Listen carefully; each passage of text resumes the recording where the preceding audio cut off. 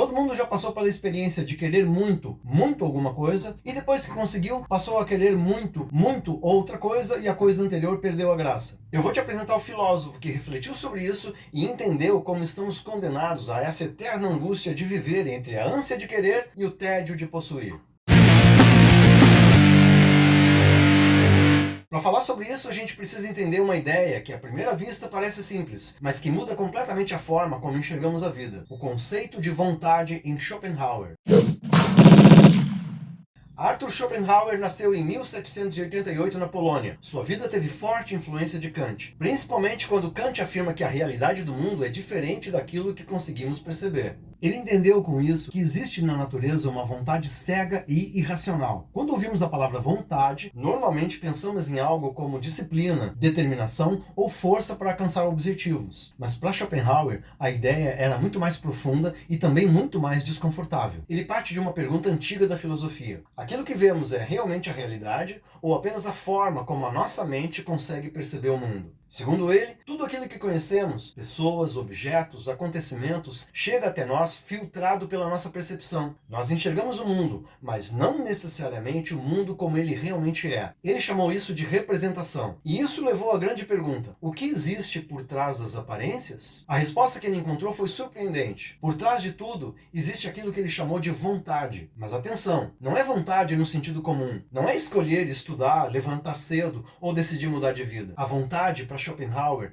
é uma força profunda, irracional e incessante que move toda a existência. É ela que aparece no crescimento das plantas, no instinto dos animais, a luta pela sobrevivência, no desejo humano, na busca por reconhecimento, prazer, sucesso ou amor. Nós gostamos de pensar que somos seres guiados pela razão. Schopenhauer dizia que não é bem assim. Na maior parte do tempo, primeiro desejamos, depois usamos a razão para justificar aquilo que já queríamos antes. Se somos movidos por essa vontade, então nossa vida entra num ciclo quase permanente de querer, ter desejo e ter vontades. Se desejamos alguma coisa, então sofremos porque ainda não temos. Quando conquistamos, sentimos satisfação, mas só por pouco tempo. Logo, logo, depois aparece um novo desejo. E tudo começa outra vez. Por isso, Schopenhauer dizia que o sofrimento não é apenas resultado de acontecimentos ruins. Existe algo na própria condição humana que nos empurra continuamente para sempre querer mais. Por isso, ele foi conhecido como o filósofo do pessimismo. Mesmo assim,